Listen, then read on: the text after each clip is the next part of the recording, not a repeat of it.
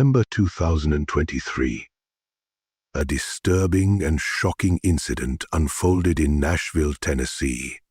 The Nashville Metro Police arrested a man named Bryson Rivers, who was charged with the aggravated kidnapping of his girlfriend, Lauren Johansson. These serious charges were brought to light by Lauren's father, Lance Johansson, who reported to the police that Rivers had held his daughter hostage and subjected her to brutal physical violence during what should have been a peaceful vacation in Tennessee.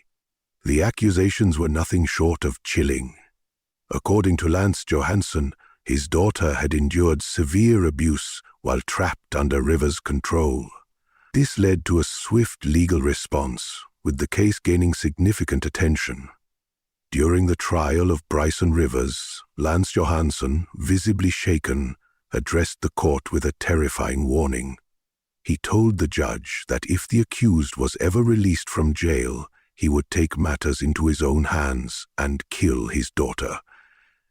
This ominous statement, unfortunately, became a tragic reality. Despite the gravity of the charges and the court's proceedings, Bryson Rivers was granted bail after spending only 7 months behind bars. The question on everyone's mind was, how could a man who had been accused of such a horrific crime be allowed to walk free? How could he have been released on bond?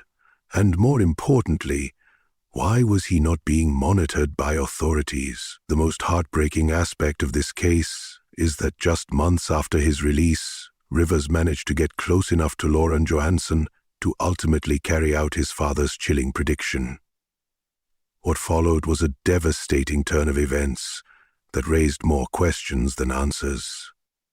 How did Rivers manage to track down Lauren? Why wasn't he being closely monitored, despite the risk of harm he posed? How did the system fail to protect Lauren, despite the clear warnings given during his trial? Watch this video until the very end to uncover the full story, explore the shocking details of this tragic case, and find the answers to the questions that still haunt those involved. Lauren Johansson's story begins on October 30, 2021. In Ocean Springs, Mississippi, born as the eldest of 4 children to Lance and Tamila Johansson, she seemed to have a bright future ahead of her.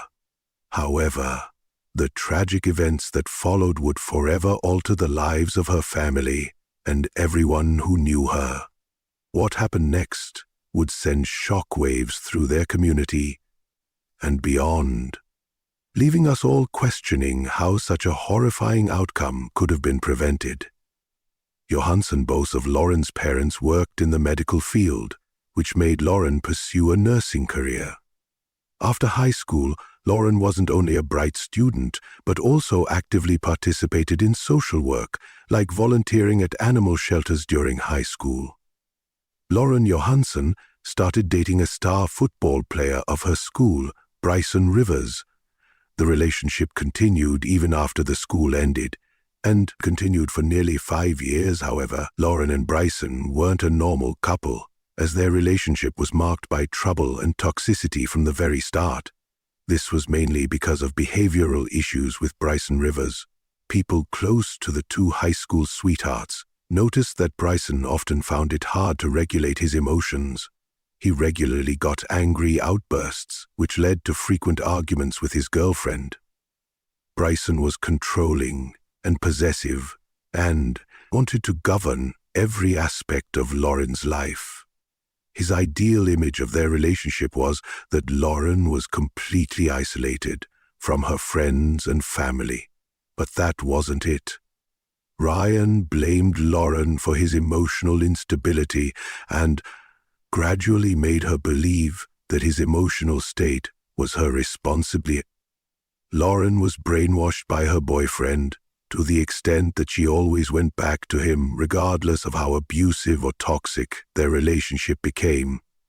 After high school, Lauren Johnson went to the University of Southern Mississippi in Hattiesburg to study nursing in 2023. While in college, Lauren met Nick Bell, a 24-year-old Army aviation veteran who was also studying nursing in the same college and lived next door to Lauren. Contrary to Bryson's toxicity, Nick offered Lauren safety and protection. She gradually opened up to Nick about Bryson and his toxic tendencies. Nick later told the media that once after a trip, Lauren asked him to check if the house was safe. Upon searching, Nick found Bryson hiding underneath Lauren's bed. Not only this, Bryson had nailed all the doors shut, so Lauren couldn't leave when she was in. Although Bryson left the house at that time, he didn't stop stalking Lauren and her new boyfriend as time passed. The love between Lauren and Nick grew, and in August 2023, he asked Lauren to marry him while the couple were on vacation in Miami. Lauren seemed to have finally found a partner who valued and truly loved her, but it soon ended. When Bryson Rivers made his way back into her life after getting back together, Lauren and Bryson took a trip to Tennessee in December 2023 during an outing to a local bar. Bryson accused Lauren of having sex with one of the bartenders.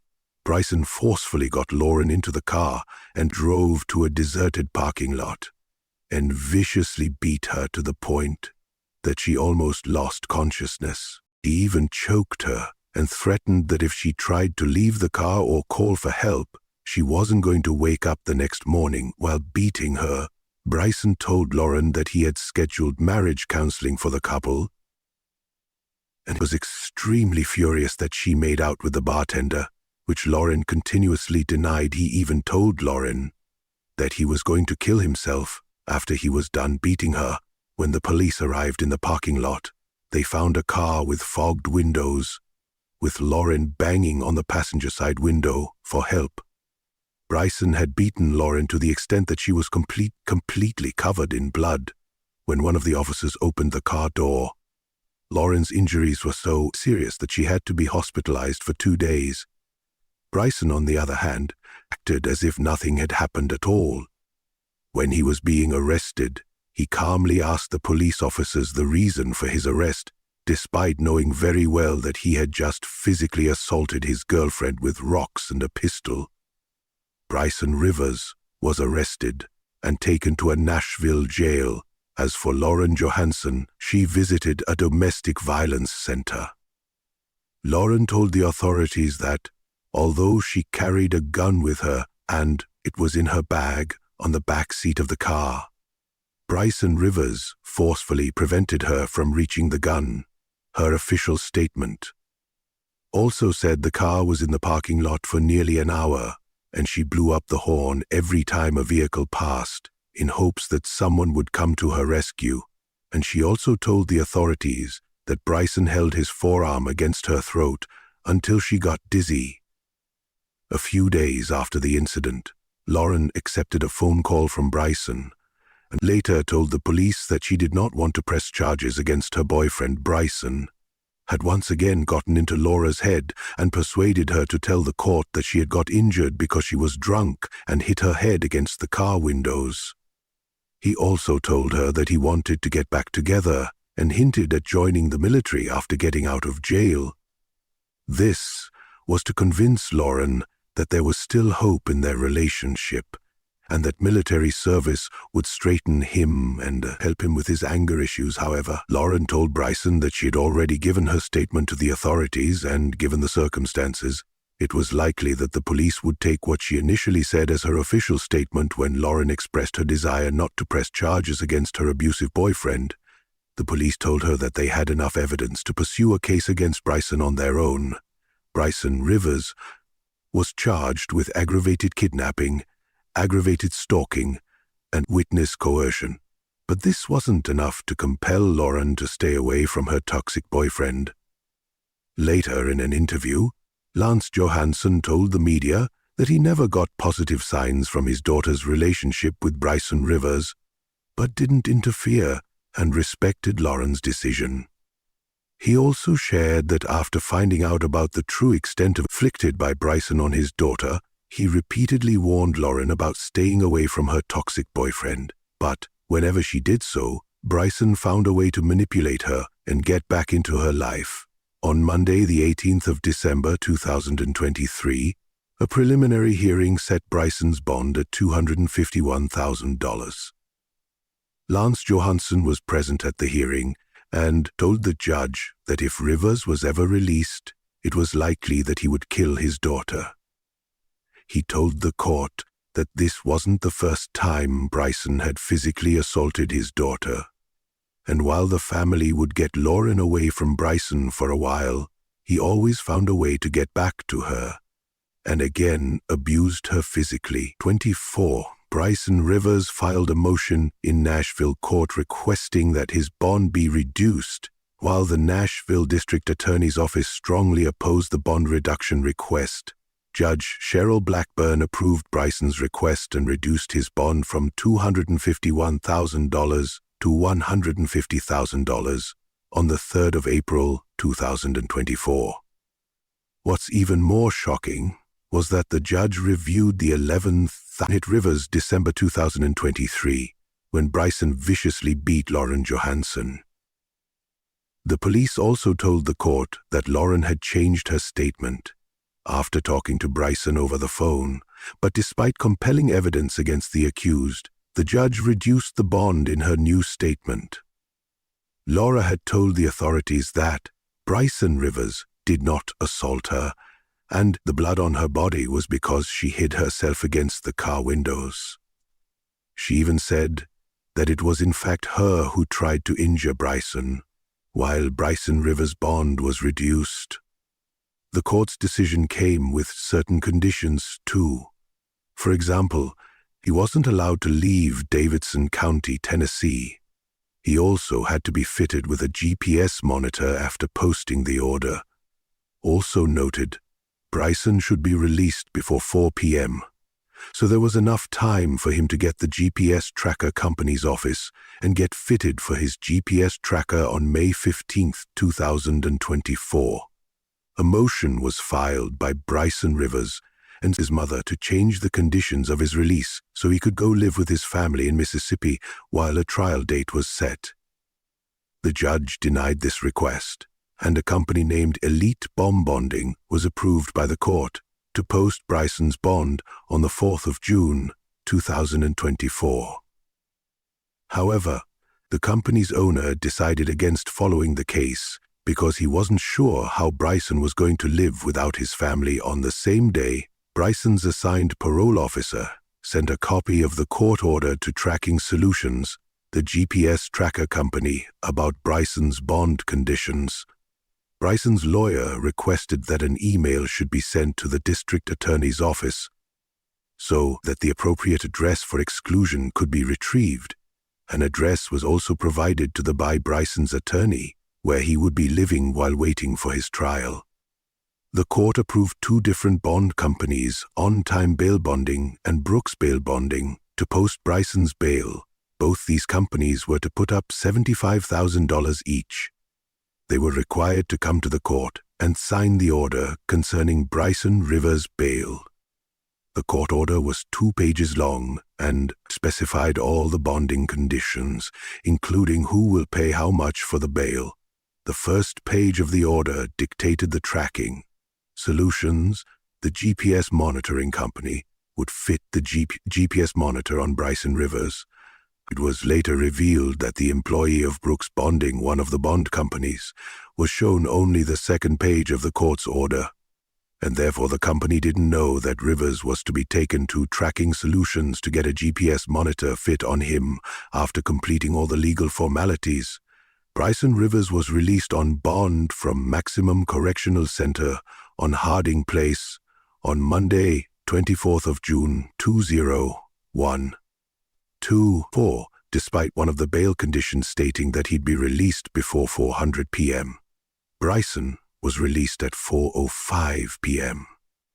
Not only this, the office of the Davidson County Chief Deputy Criminal Court Clerk, Julius Slow, also made a mistake when it came to sharing information on the conditions of Bryson's release.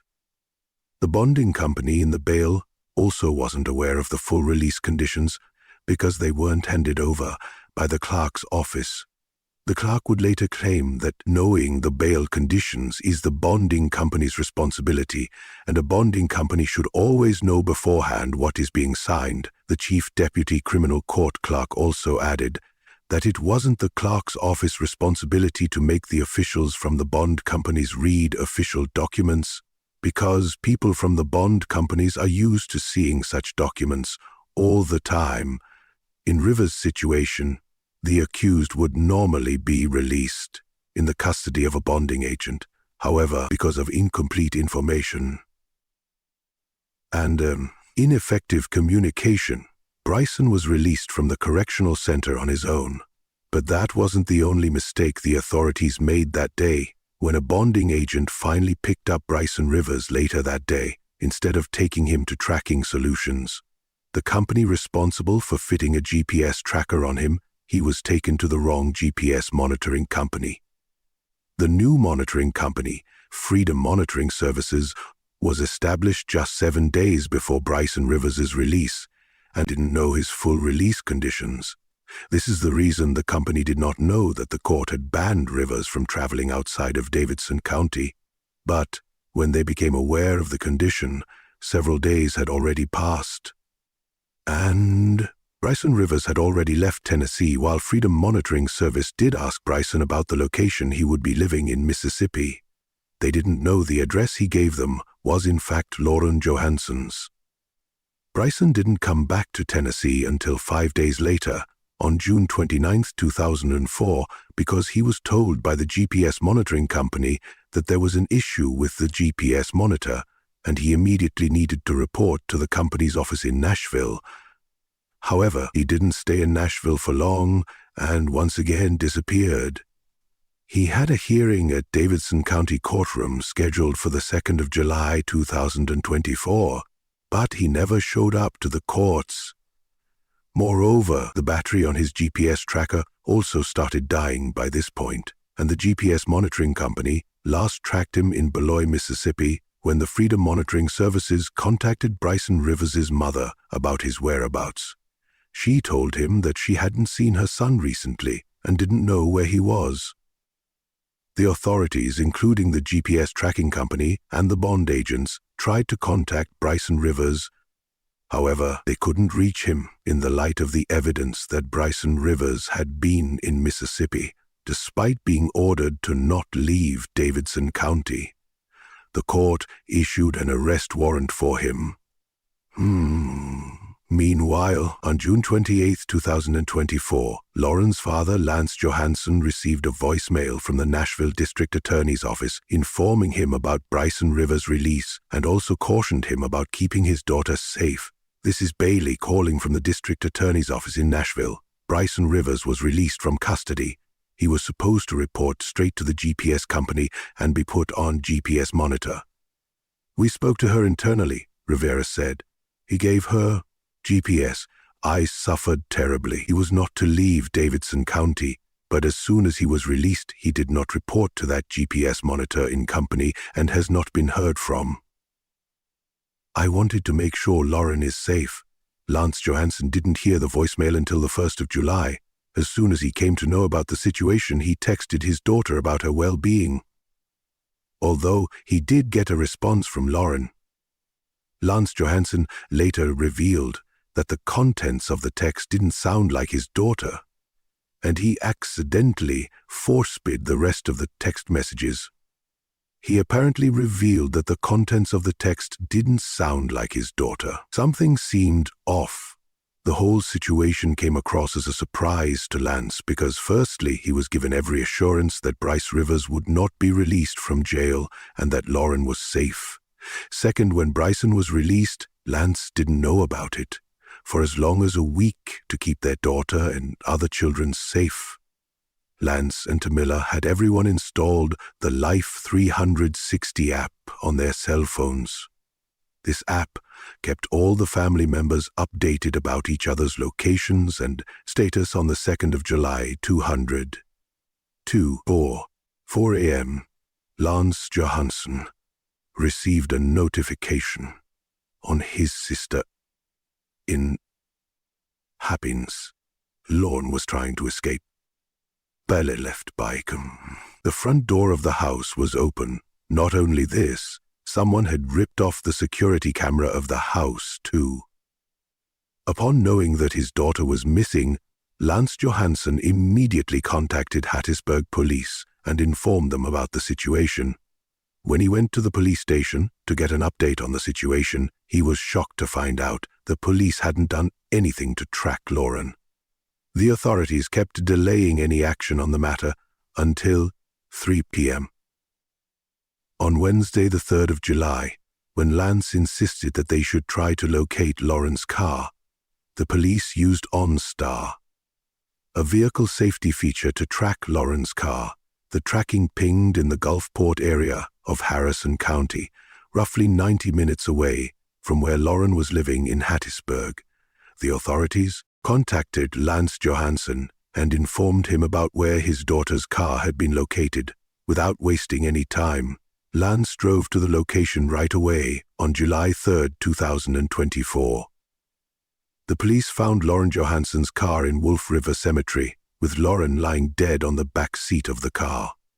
What was even more shocking to both the law enforcement officials and Lance Johansson was that Lauren's body was wrapped up in sheets and trash bags. It was clear that she had been beaten to death because her face was smashed in. Her eyes were swollen to the extent that she couldn't see anything at the time of her death, and her head had multiple holes in it. The whole body was horrifically mutilated. Lauren had been beaten so viciously that her face and skull became fractured from the rest of her body when the law enforcement agencies arrived at the scene. A male figure left Lauren's car and ran into the woods nearby with more than 50 officers, drones, dogs, a helicopter, and other search methods.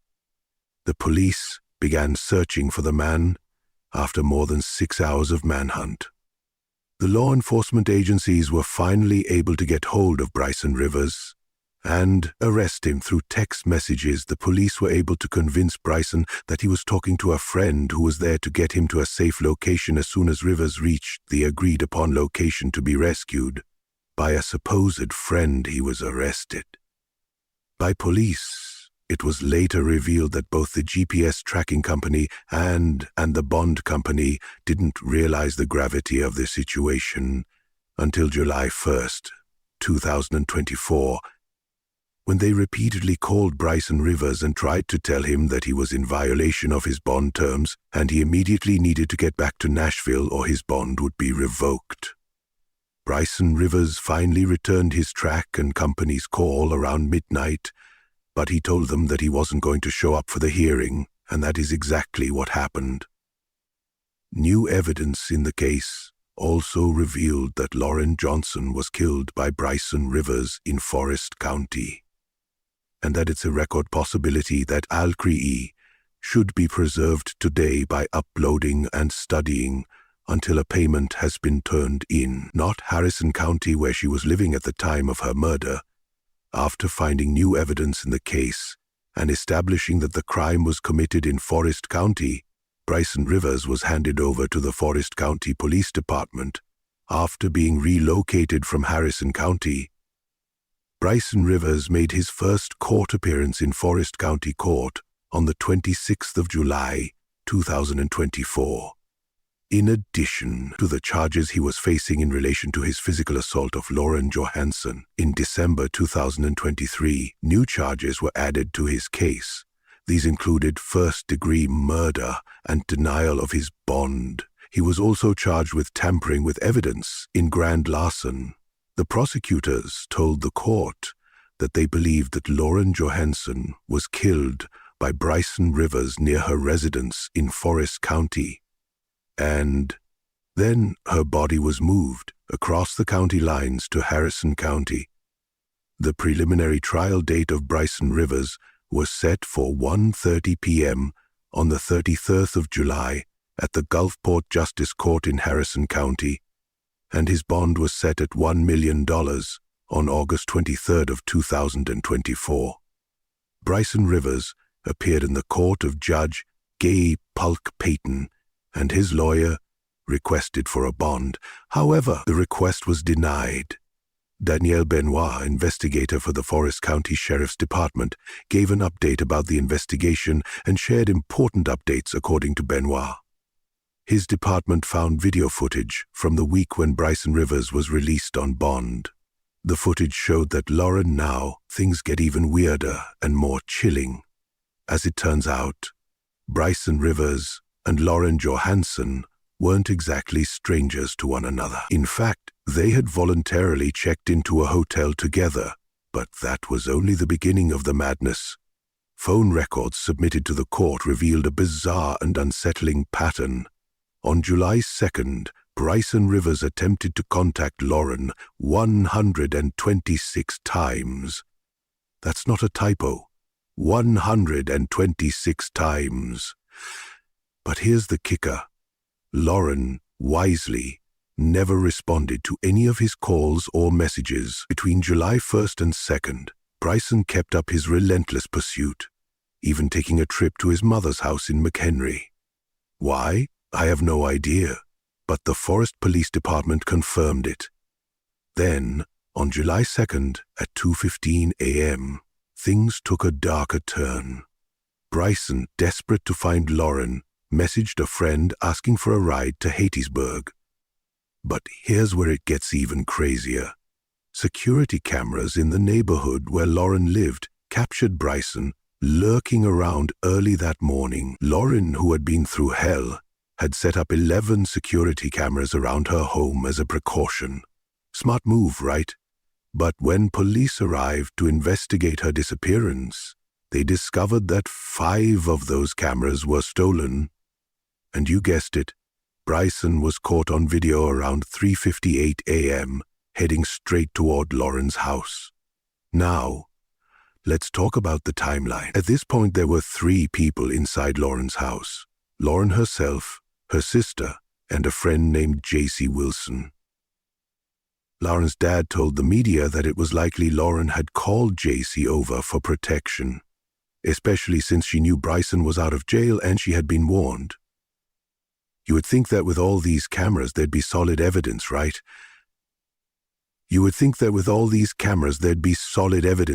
Well, security footage shows Bryson Rivers walking around Lauren's house at 5:11 a.m. for a brief moment, before, boom, he's running back inside.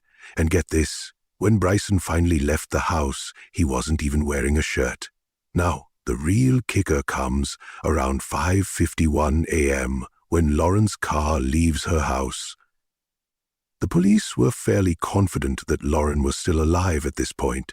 GPS data revealed Bryson driving around Hattiesburg in her car, but get this, he wasn't exactly taking the most direct routes. Several traffic cameras along the way caught him, and guess who was the only person in the car? You got it. Bryson. No sign of Lauren. He first drove downtown, then hit up Chain Park, and then spent 32 minutes at Pedal River Park. What on earth was he doing there? Nobody knows, but the mystery deepens with each passing hour. Fast forward to October 9th, 2024, when a 6-judge panel made a shocking decision. They determined that the bond companies responsible for bailing out Bryson Rivers had made some serious errors. Now, don't get me wrong. The court declared that the bond companies didn't technically break any laws, but it did state that there were multiple cases of negligence by several parties involved. This negligence, it directly contributed to Lauren Johansson's tragic death. So, now Bryson Rivers is in custody, held by the Forest County Police Department, awaiting a grand jury to determine his fate. But the real question remains, how in the world did it get this far? How was a man with such a dark past, someone who had already been charged with kidnapping and violence, allowed to be out on the streets, and why wasn't he being monitored?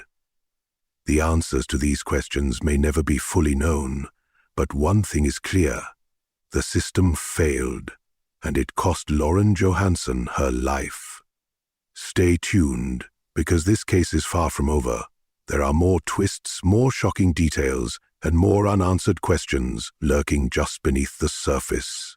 Keep your eyes peeled as the story unfolds, and we'll dig deeper into this chilling true crime documentary, 2025.